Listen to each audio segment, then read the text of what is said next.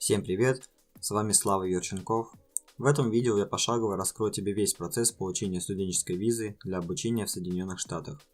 Безусловно, в интернете можно найти много ресурсов по этому вопросу, но на мой взгляд есть смысл раскрыть все шаги, которые я предпринимал, чтобы в конечном счете обучаться в американском университете. Таким образом, если тебе интересно следовать моим успешным путем, тогда это видео для тебя. Для начала я упомяну типы студенческих виз, поясню этапы получения, а также ты услышишь мой опыт успешного получения визы, по которой я сейчас обучаюсь в американском университете. Возможно, ты и не знал, но американская виза любого типа – это всего лишь разрешение прибыть на пограничный контроль США, где ты и получишь окончательное решение о твоем легальном пребывании. Под студенческими визами обычно понимается виза F и M. Виза F выдается лицам, желающим пройти академическое обучение в аккредитованных колледжах и университетах или же заняться изучением английского языка в рамках соответствующих программ. Если планируется не академическое, например, профессиональное обучение в США, тебе понадобится виза M. Соединенные Штаты Америки приветствуют иностранных граждан, въезжающих в США для участия в программах обмена. Целью выдачи визы типа J является содействие обмену знаниями и навыками среди специалистов в области образования, культуры и науки. Обладатели визы F и J получают право работать на территории учебного заведения, однако ты ограничен 20 часами работы в период обучения. Это может быть как почасовая оплата, которой вряд ли хватит для покрытия расходов на обучение, либо же работа над исследованием с профессором, которая покроет стоимость твоего обучения. В видео я буду уделять больше внимания визе F1. Для получения студенческой визы тебе важно знать, на какой образовательной программе, а также в каком учебном заведении ты желаешь обучаться. Обычно через несколько месяцев после подачи заявления о поступлении в образовательное учреждение, университет отправляет тебе письмо о предложении обучаться у них. Ты можешь быть таким успешным кандидатом, что тебе отправят сразу несколько предложений из разных университетов. В таком случае тебе нужно будет сделать выбор. В письме от университета будет указана ссылка, по которой необходимо перейти для принятия или отклонения предложения учебного заведения. Обычно после твоего подтверждения с тобой свяжется представитель от университета, который работает в международном отделе. Министерство внутренней безопасности США предоставило право аккредитованным учебным заведениям выдавать документы для обращения за студенческими визами. В письме от международного отдела ты получишь инструкции о предоставлении доказательств твоих финансовых возможностей в течение первого года. Такими доказательствами обычно является справка из банка о состоянии твоего счета, письмо от организации, которая готова спонсировать твое обучение. Если ты получил работу от университета, то есть ты будешь работать над исследованием с профессором или преподавать лекции, тебе нужно приложить данное подтверждение, в котором будет указана сумма покрытия обучения и количество твоих рабочих часов в неделю. Тебя могут попросить предоставить другие документы, поэтому внимательно ознакомься с инструкциями от международного отдела. После предоставления документального подтверждения твоих финансовых возможностей, университет отправит тебе форму I-20, если ты заявитель на визу F или M. Если ты являешься участником программы обмена, ты получишь форму DS-2019. Виза F или M выдается только лицу, которое предоставляет заполненным должным образом и действительную форму I-20. Поэтому при получении оригинала документа тщательно проверь всю заполненную информацию в форме. Никаких помарок и исправлений не допускается, поэтому в случае обнаружения неточностей, в том числе мелких, свяжись с международным отделом и проинформируй об ошибке.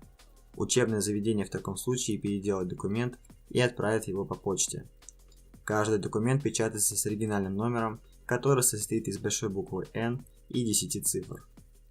Если ты получил форму I-20 или DS-2019 от своего университета, убедился, что вся информация в ней корректна, ты можешь начинать подготовку к подаче заявления на американскую студенческую визу.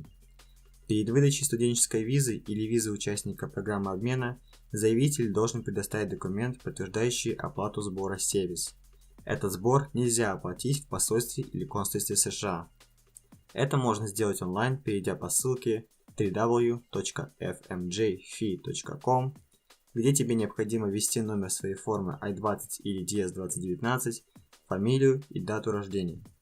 На момент записи данного интерактива стоимость сбора составляет $200. Возьми с собой на собеседование в посольстве или консульстве США квитанцию об оплате сбора SEVIS.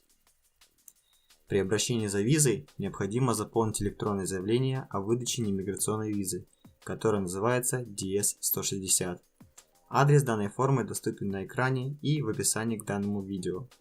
При заполнении заявления приготовь свой заграничный паспорт, форму I-20 или DS-2019, потому как данные из этих документов потребуется ввести в заявление.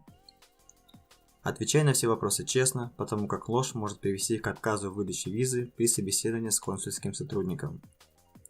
По завершении заполнения документа веб-приложение продемонстрирует тебе страницу подтверждения подачи заявления со штрих-кодом, который необходимо распечатать.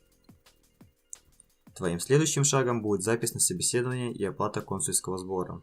На экране и в описании к этому видео доступен сайт, на котором ты сможешь совершить эти два действия.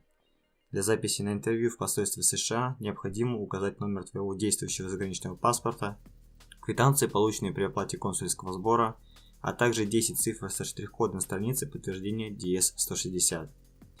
При прохождении собеседования в посольстве или консульстве США тебе необходимо уверенно и честно отвечать на поставленные вопросы консульского офицера. Обычно собеседование длится около 5 минут, в ходе которого тебя на английском языке спросят вопросы про университет, в который ты направляешься на обучение, образовательную программу и твои планы по завершению обучения. Тебя могут спросить, кто оплачивает твое обучение. Уверен, тебе интересно мое интервью с консульским офицером.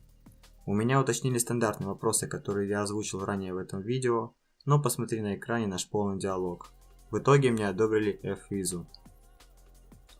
На интервью тебе необходимо взять важные документы, такие как заграничный паспорт, форму I-20 или DS-2019, подтверждение подачи электронного заявления на визу, подтверждение оплаты консульского сбора, а также подтверждение оплаты СЕВИЗ.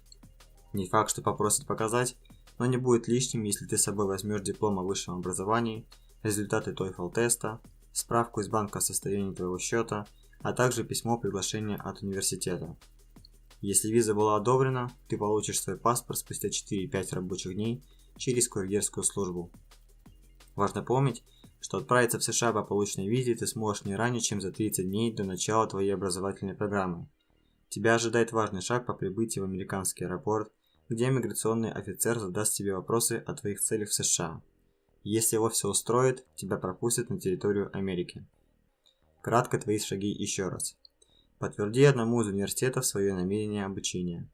Получи форму I-20 для визы F или DS-2019 для визы J. Оплати сбор СЕВИЗ. Заполни электронное заявление DS-160. Оплати консульский сбор и запишись на собеседование. И пройди общение с консульским сотрудником. Отправиться в США по полученной визе ты сможешь не ранее, чем за 30 дней до начала твоей образовательной программы. Ребята, я прошу вас лайкнуть данное видео, написать в комментариях, что вы думаете о нем, что вы еще хотите увидеть на этом канале, и обязательно подпишитесь на него, нажав на кружок с моей фотографией.